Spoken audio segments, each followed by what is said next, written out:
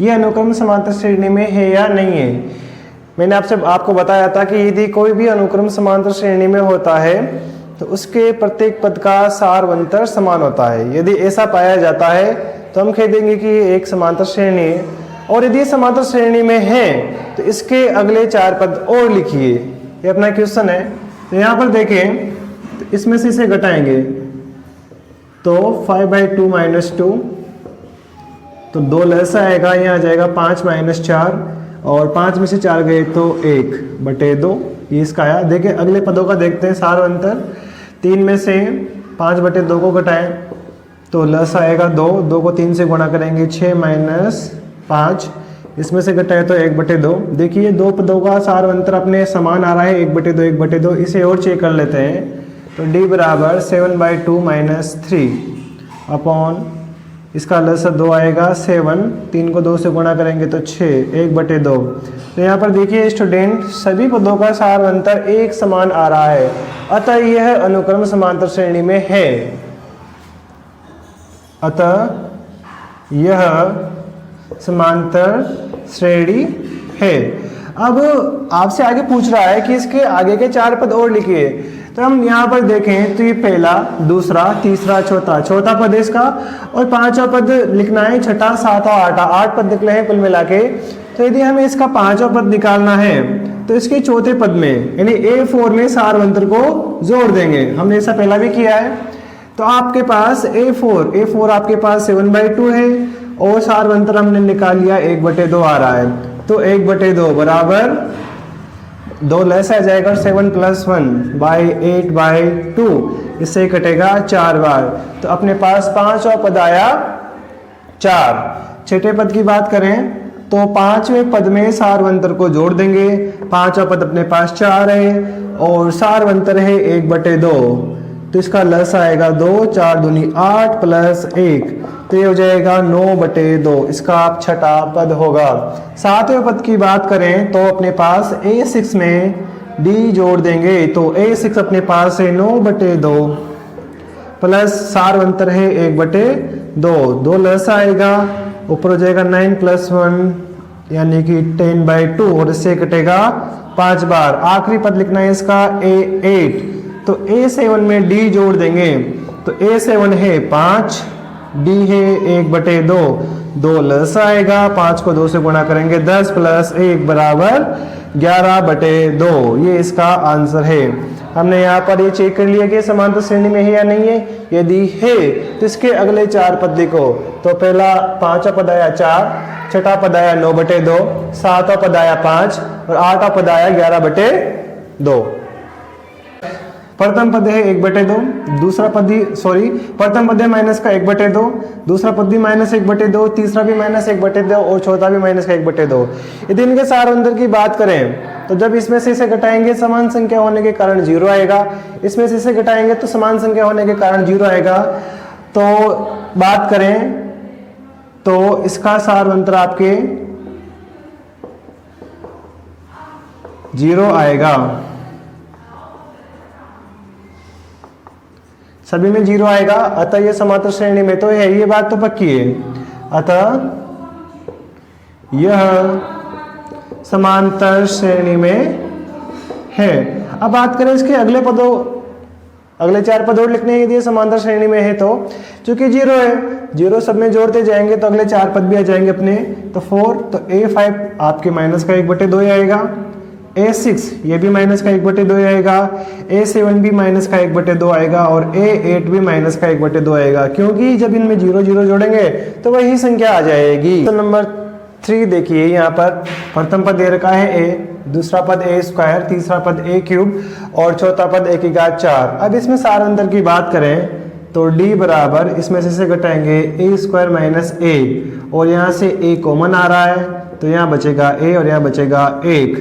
अगले पदों का सारवंतर देखते हैं, A³ - A², तो यहाँ से A² कॉमन आ रहा है तो यहाँ बचेगा A और यहाँ बचेगा 1। अगले पद का देखते हैं, देखें A की घात 4 - A की घात 3, A की घात 3 दोनों में से कॉमन आ जाएगी तो यहाँ बचेगा आपके A - 1। अब यहाँ पर देखें तो A - 1 A - 1 A - 1 तो सेम आ रहा है, लेकिन यहाँ पर आ रहा है ए स्क्वायर ए क्यूब, अतः ये समान नहीं है, इसका सारवंतर समान नहीं आ रहा, अतः यह समांतर श्रेणी नहीं है, अतः यह समांतर श्रेणी नहीं है। यदि ये समांतर श्रेणी नहीं है तो हम इसके अगले 4 पद भी नहीं लिख सकते।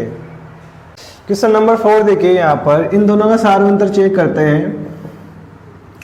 √6 माइनस √3, √6 को हम लिख सकते हैं √2 और √3 माइनस √3, यहाँ से √3 कॉमन आ रहा है तो यहाँ बचेगा √2 और यहाँ बचेगा 1। इन दोनों का और चेक कर लेते हैं। तो √3 इसे हम लिख सकते हैं √3 इंटू √3 माइनस इसे लिख सकते हैं √2 और √3। यहाँ से देखें तो √3 कॉमन आ जाएगा और यहाँ बचेगा अपने √3 माइनस √2।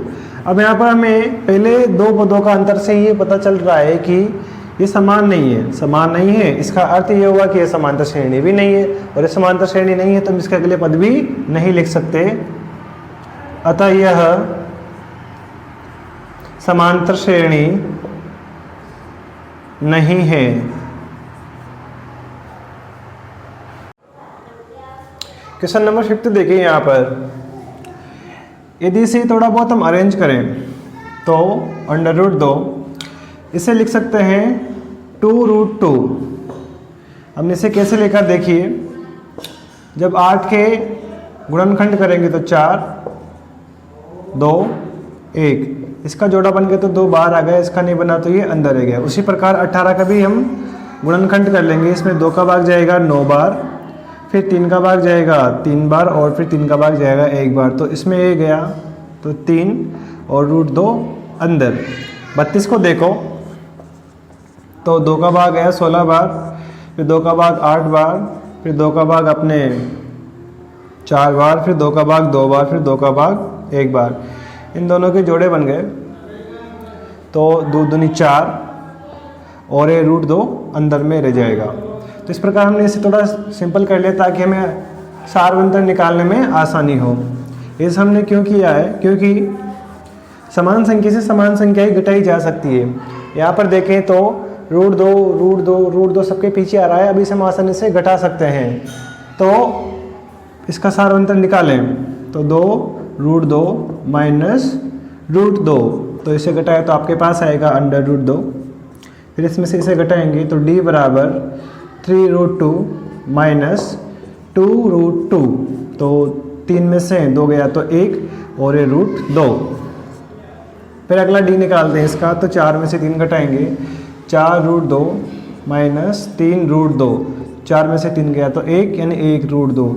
अब यहाँ पर देखें, अगर यहाँ पर देखें तो सारे के सारे सारवंतर एक समान आ रहे हैं, अतः यह समांतर श्रेणी है, अतः यह समांतर श्रेणी है।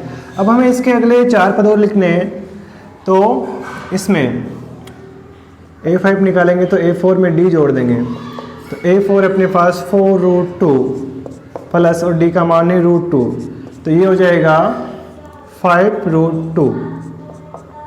अब देखें तो यदि हम 5 का स्क्वायर 4 रूट के रूप में लिखें तो इसे लिख सकते हैं 5 इंटू 2। देखो यहाँ पर हमने क्या किया है, जैसे ही इसका जोड़ा बनेगा तो 5 बाहर आ जाएगा और 2 अंदर आ जाएगा, मतलब इसको हम ऐसे लिख सकते हैं 5 को 5 से गुणा किया 25, 25 को 2 से गुणा किया तो 50, तो अगला पद आया √50। अब हमें A6 निकालना है तो A5 में D जोड़ देंगे, तो A5 पे अपने पास 5√2 और D अपने पास √2, तो इसे देखें तो ये हो जाएगा 6√2। इसे भी इसकी तरह अरेंज कर लेंगे, यानी √6 इंटू 6 इंटू 2, 6 करने का 36, 36 दूनी 72। अगला A7, तो A6 प्लस D, तो A6 अपने पास 6√2 और D का मान है √2, तो हो जाएगा 7√2। जब इसे भी अरेंज करेंगे तो ये हो जाएगा 7 इंटू 7 इंटू 2, 7 दूनी 14, यानी 7 सत्ते 49, और 49 को 2 से गुना करेंगे तो अपने पास आएगा 98। तो अगला है A8। A8 की बात करें तो A7 प्लस D। A7 अपने पास 7√2 और D अपने पास है √2, तो ये हो जाएगा 8√2। तब इसे करेंगे तो इसका बनेगा अपने अंदर 64, 8 को 8 से गुणा करेंगे तो इंटू 2, तो इसे गुणा किया तो 8 और 12 यानी 128। तो इस प्रकार हमने इसमें चेक कर लिया कि ये समांतर श्रेणी भी है और इसके अगले 4 पद भी हमने लिख लिए। एक तो है √50, अगला है √72, और अगला है √98, और अगला है √128। प्रथम पद है A, दूसरा पद है 2A, तीसरा पद है 3A, अगला पद है 4A। तो यहाँ पे इनके सार अंतर देखें तो D बराबर 2A माइनस A, इसमें से घटाएंगे तो A बचेगा। अगला देखें तो 3A माइनस 2A, तो ये बचेगा A। देखिए सार अंतर इसका बराबर आ रहा है। 4A में से 3A को माइनस करेंगे तो A बचेगा। चूंकि सारे के सारे सार अंतर एक जैसे आ रहे हैं अतः यह भी समांतर श्रेणी में है।